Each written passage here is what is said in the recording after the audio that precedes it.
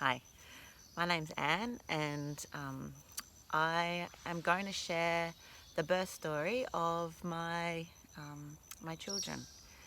It might seem a funny time to be sharing this in the midst of the coronavirus, but I would like other women to know in these uncertain times that their bodies, um,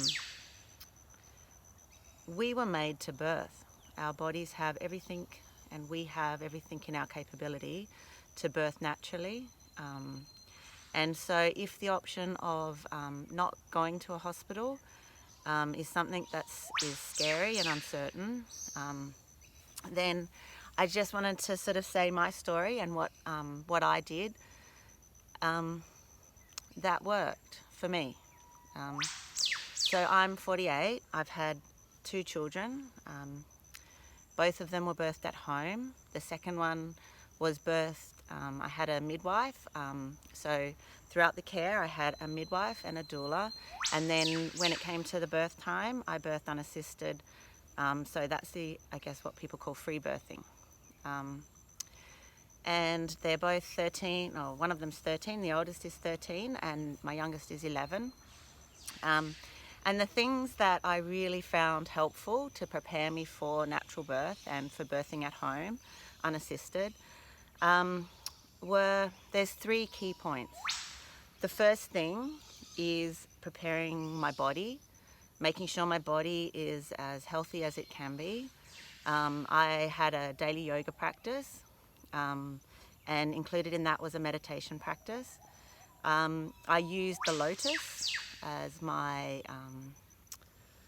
as the focus for my meditation, and I had a mantra that I practiced with that. And when I was birthing, I surrounded myself with photos and images of the lotus, and in the background I had playing on a loop a mantra, and yeah. The other things that I found really helpful, so the three key things. One is your healthy body. Two is your mind. So you've got to look into your fears. Sorry, there's lots of bugs here today. You've got to look into your fears. Whenever I visioned birthing, if there was something that came up that meant I had to stop that visioning, I would look at that. Okay, and for one of those things, it actually was birthing in a hospital. I'd booked into a hospital birth, and when I visioned and went into what it was to birth, like what that would look like as an imagination or whatever, I kept coming up against being in a hospital. So for me, not being in a hospital was where I was creating my safe space. And the other thing is nutrition.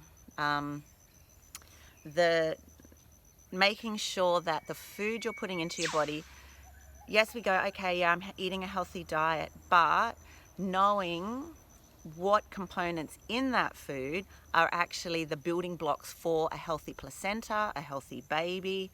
Now, I'm not endorsed by anyone or anything, and I was lucky to get an amazing teacher, Lee Mason, who had put together this program, and included in that was the Bradley method, and within the Bradley method is a nutrition guideline. That nutrition guideline is available online, free. You just Google Bradley method, and within that is a daily eating program of how to cover off your key food groups. Yeah, it was pretty full of method, so it was very scheduled and things like that. But for me, I found that worked, and then I knew that I ticked off the proteins that I needed to make my baby healthy, and all those other things and building blocks, that the amino acids, everything that is needed to make a healthy baby. The other thing was, as the baby was growing inside of me, through this teaching that I had from Lee and her resources, learning how to make sure that the baby had the best possible way of growing inside my body, so that when it came to birthing, they were fully aligned physically. It's a physical thing, a lot of birth, so that they could birth easily, so I could birth easily. So things like breech and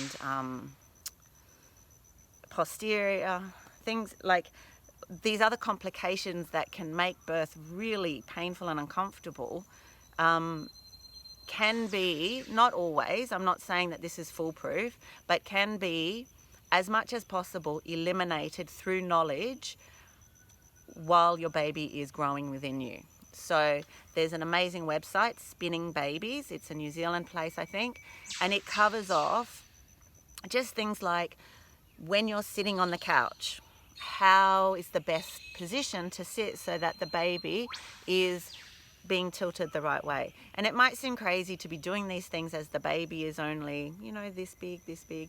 But if you get into really good habits while your baby is growing, then by the time it's full term and there isn't much room for it to move around, it's already got an imprint of where its backbone should be, where its head should be positioning, and those sorts of things. So I guess all of the things that I was fortunate enough to be taught were things that reduce all of those problem things for the birthday.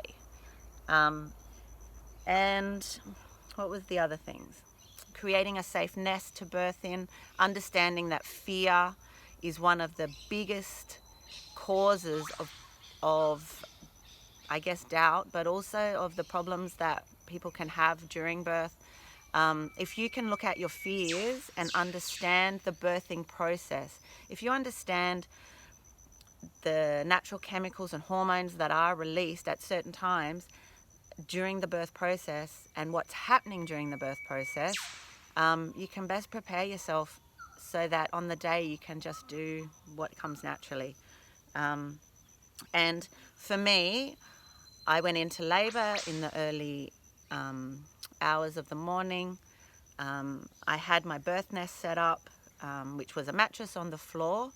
I had some candles burning, it was dim, and I laboured for, this is for my second one, for 3 or 4 hours. The baby was born, my daughter, and I was able to let her naturally birth, and then placed her on my lower abdomen, and she crawled up all by herself and latched onto my breast. And then, understanding birthing the placenta, and, having someone on Skype or something like that has the expertise if someone's feeling, or your support person is feeling uncertain about certain things. All of those things, just knowing that you've got your support network, even if they're not in the room with you, all sort of help make you feel safe. You've just got to feel safe. So I hope that this helps you. The 3 things that helped me were preparing my mind, facing my fears, preparing my body, including preparing the baby within my body so that it is in the right position to birth, and understanding the process, and distilling those myths, not myths, but the fear. I stopped listening to people that were negative about me birthing at home, and I only looked at stories or listened to people who, regardless of the outcome, had taken full responsibility and owned the process of their birth. The outcome of birth, has its ups and downs, like any other thing that happens in this world. But 90% of women can birth naturally and safely. And it's quite empowering. It's one of our rites of passage. It's actually our birthright. So sending love and light in these times of change, and hoping that you can find some empowerment and really stepping into your birthright as a woman. Full gratitude.